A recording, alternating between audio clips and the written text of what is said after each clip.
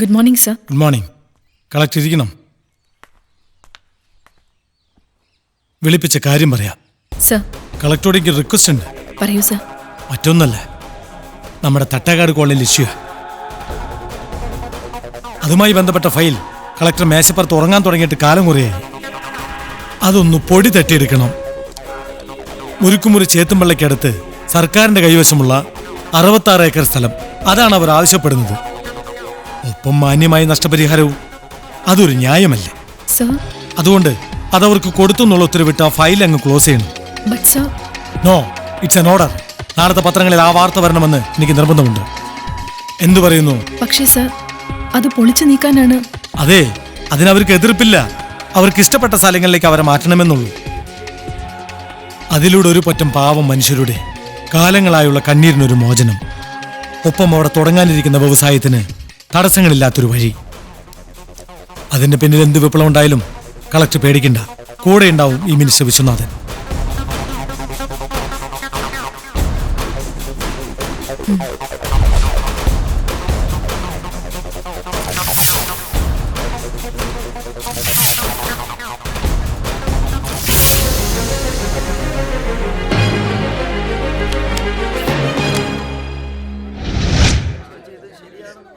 അതെ, ആരെങ്കിലും ഒന്ന് വാ തുറന്ന് എന്തെങ്കിലും ഒന്ന് പറ.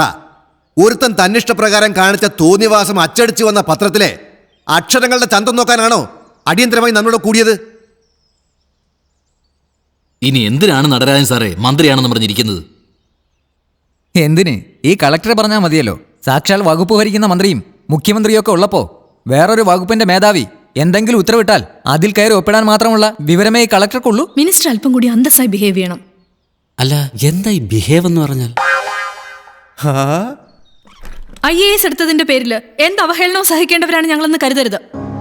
ബഹുമാനപ്പെട്ട മുഖ്യമന്ത്രിയോട് എനിക്കൊന്നേ ചോദിക്കാനുള്ളൂ. മിനിസ്റ്റർ ഉത്തരവിട്ടതാണോ അതനുസരിച്ചതാണോ ഞാൻ ചെയ്ത തെറ്റ്? തോന്നിവാസം കാണിക്കാൻ മന്ത്രിക്ക് കൂട്ടു നിന്നിട്ട് IASന്റെ മഹത്വം വിളമ്പെന്നോ? മിസ്റ്റർ നടരാജൻ, ഒരു കളക്ടറോട് താനിങ്ങനെ എന്താ ജില്ലാ മജിസ്ട്രേറ്റിന്റെ അധികാരം വെച്ച് വരെ തൂക്കിക്കൊല്ലൂ? ഒറ്റ ഫോൺ കോൾ, ഗവൺമെന്റ് സെക്രട്ടറി വിളിച്ചൊരു വാക്ക്, അത്രയെങ്കിലും ചെയ്യാമായിരുന്നില്ല ഇവർക്ക്? ഇല്ലെങ്കിൽ CM പറ, ഈ നെറുകെട്ട നടപടിക്കെതിരെ എന്ത് മറുപടിയാണ് പറയാനുള്ളത്? കൃത്യമായ ഒരു ഉത്തരം കാണില്ല CM-ന്. അവൻ അധികാരത്തിൽ കയറി അന്നു മുതൽ ഒരുതരം മൗനവ്രതമാ. ഇനിയിപ്പം മുഖ്യമന്ത്രിയും അയാളും ചേർന്ന് നടത്തിയ ഒത്തുകളിയല്ലെന്ന് ആര് കണ്ടു? വാക്കുകൾ സൂക്ഷിച്ചുപയോഗിക്കണം. ഞാൻ അറിഞ്ഞുകൊണ്ട് എന്തെങ്കിലും ഒരു കാര്യം ഇവിടെ നടന്നിട്ടുണ്ടെങ്കിൽ അത് തുറന്നു പറയാനും ഏറ്റെടുക്കാനുമുള്ള ആർജവും നട്ടല്ലുമുണ്ടെനിക്ക്. എങ്കിൽ തെളിയിക്കേ. ഈ വാർത്തയും ഉത്തരവും പുറത്തു വന്നതിന്റെ കാരണക്കാരനായ ഈ മന്ത്രിസഭയും ഭരണത്തെയും വെല്ലുവിളിച്ച വിശ്വനാഥനെതിരെ നടപടി എടുക്ക്. അങ്ങനെ തെളിയിക്കണം CM ആർജോ ആണത്തും. എന്റെ നടരാജൻ സാറേ, നിങ്ങൾ എന്തോന്നായി പറയുന്നത്? അയാൾക്കെതിരെ നടപടിയെടുത്താലേ അയാൾ പിന്തുണ പിൻവലിക്കും. ഒരു കണക്കിന് നോക്കിയാലേ ഇങ്ങനെ പോരടിക്കുന്ന മന്ത്രിസഭയുമായി മുന്നോട്ട് പോകാതിരിക്കുന്നതാ ഭേദം. ഇല്ല, അധികാരത്തിലേറിയിട്ടുണ്ടെങ്കിൽ 5 വർഷം തികച്ചിട്ടേ ഇറങ്ങൂ. അതിനുവേണ്ടി അവൻ മത്സരിച്ച മണ്ഡലത്തിൽ ഒരു ബൈ ഇലക്ഷൻ വേണ്ടി വന്നാൽ പോലും. മിസ്റ്റർ നടരാജൻ,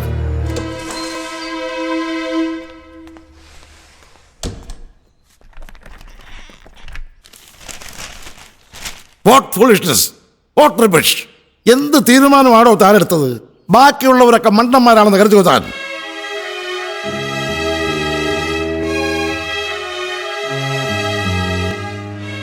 എന്താ തനിക്കൊന്നും പറയാനില്ലേ? താൻ ഒറ്റയ്ക്കങ്ങ് ഭരിക്കാമെന്ന് കരുതിയോ? താൻ എന്തിനാണോ അവരെ നോക്കുന്നത്? അവരെ പ്രതിയാക്കി തിരികെ രക്ഷപ്പെടാമെന്നാണോ?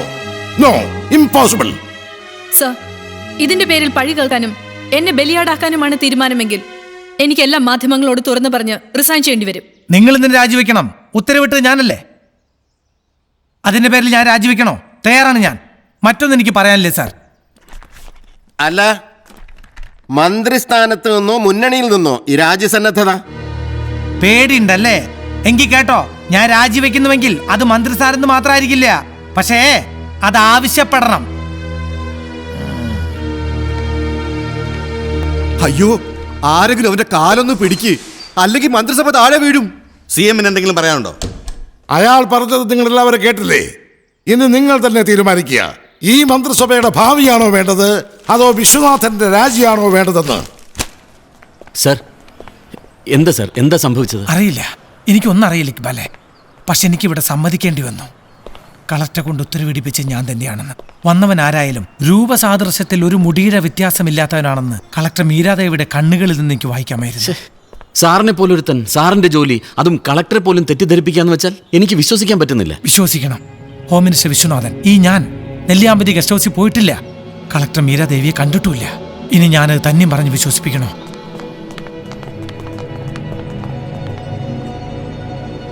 ആരെങ്കിലും അറിയും മുമ്പ് എനിക്ക് അവനെ കിട്ടണം. കിട്ടുമ്പോൾ അവൻ്റെ ശരീരത്തിൽ ഒരു പോറൽ പോലും ഏൽക്കാൻ പാടില്ല. ഇത് city police commissioner Iqbal IPS home minister വിശ്വനാഥൻ്റെ ഓർഡറല്ല, നിന്നോടുള്ള അപേക്ഷയാണ്. എനിക്ക് കിട്ടണം അവനെ, ഒരു തുള്ളി രക്തം പോലും പൊടിയാതെ. സർ,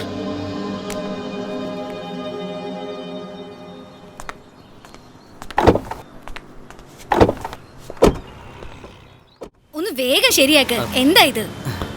ഇതെന്താണെന്ന് ഒരു പിടിയും കിട്ടുന്നില്ല. ഒന്ന് വേഗം ആവട്ടെ. 10 മണിക്ക് ചെന്നില്ലേ പണി കാണത്തില്ല. മനസ്സിലായോ?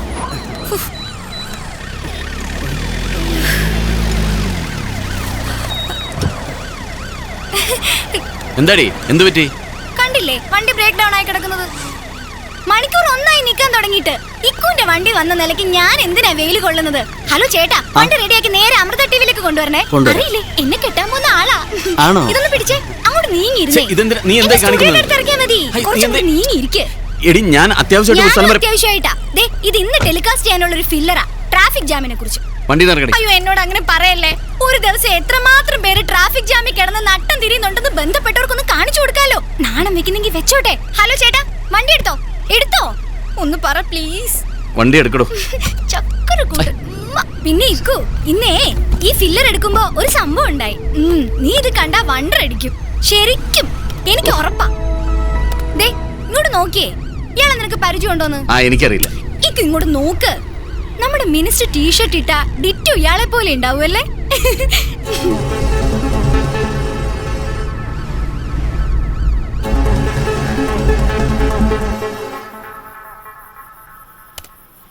ഈ റാസ്കലിനെ ഇപ്പൊ തന്നെ പൊക്കണം. എല്ലാ സ്റ്റേഷനിലും ഇൻഫോം ചെയ്യാം. നോ, തൽക്കാലം ഇത് പുറത്താരും അറിയരുത്. ആരെങ്കിലും ഇത് അറിഞ്ഞാൽ മന്ത്രിസഭാ യോഗത്തിൽ ഞാൻ ഏറ്റെടുത്തതും അടിവരയിട്ട് പറഞ്ഞതിനുമെല്ലാം ഉത്തരം നൽകേണ്ടി വരും. സാർ? അതെ, എൻ്റെ രൂപസാദൃശ്യം ഉപയോഗിച്ച് ഫലത്തിൽ എനിക്ക് ഇമേജ് ഉണ്ടാക്കി തരാനോ എനിക്ക് ശത്രുക്കളെ സമ്മാനിക്കാനോ മാത്രമായിരിക്കില്ല അവൻ്റെ അവതാരം. ലക്ഷ്യങ്ങൾ വേറെയും ഉണ്ടായിരിക്കും. സാർ, ഒരു മിനിസ്റ്ററുടെ അധികാര പരിധിയിലാണ് അവൻ കയറി കളിച്ചത്. It's to dangerous. സാറിൻ്റെ മനസ്സറിഞ്ഞുകൊണ്ട് തന്നെ ആവണം അവൻ്റെ പ്ലേ. ഇല്ലെങ്കിൽ ഇത്ര കൃത്യമായ ഇഷ്യൂ തന്നെ അവൻ തിരഞ്ഞെടുക്കില്ലായിരുന്നു. അതാണ് എനിക്ക് മനസ്സിലാകാത്തത്. Sir, see this. ഇതൊരു വെൽ പ്ലാൻഡ് പ്ലേ ആണെന്നതിനുള്ള തെളിവാണിത്. മിനിസ്റ്ററുടെ ഒഫീഷ്യൽ അഡ്രസ്സിൽ നിന്നുമാണ് കളക്ടർക്ക് ഈ മെസ്സേജ് പോയിരിക്കുന്നതും നെല്ലിയാമ്പതി ഗസ്റ്റ് ഹൗസിൽ അപ്പോയിൻമെൻറ്റ് ഫിക്സ് ചെയ്തിരിക്കുന്നത്. കോൺഫിഡൻഷ്യൽ മാറ്റർ എന്ന് പ്രത്യേകം ടൈപ്പ് ചെയ്തിട്ടാണ് മെസ്സേജ് അയച്ചിരിക്കുന്നത്. പെട്ടെന്ന് കണ്ടുപിടിക്കാൻ കഴിയില്ലെങ്കിലും ആരുടെയൊക്കെയോ ഔദ്യോഗിക കാര്യങ്ങൾ ഇതിൻ്റെ പിന്നിലുണ്ട് സർ. സർ, ഒരു പരിധിക്കപ്പുറം ഈ മാറ്റർ രഹസ്യമാക്കി വെച്ചുകൊണ്ട് ഒരു നീക്കവും നടത്താൻ ഡിപ്പാർട്ട്മെന്റിന് കഴിയില്ല. നോ, ഡിപ്പാർട്ട്മെന്റിന് കഴിയില്ലെങ്കിൽ അത് നിങ്ങൾക്ക് കഴിയണം. മിസ്റ്റർ ഇക്ബാൽ, എനിക്കറിയണം എന്തിനു വേണ്ടി അവൻ അങ്ങനെ ചെയ്തു. ഇതിനുള്ള മറുപടി അവന്റെ നെഞ്ചിലോ തലച്ചോറിലോ ഉണ്ടെങ്കിൽ ഒരു തുള്ളി ചോര പോലും പൊടിയാതെ കീറി പുറത്തെടുക്കും ഞാൻ. അതുവരെ നമ്മളല്ലാതെ ഈ രഹസ്യം മറ്റാരും അറിയില്ല.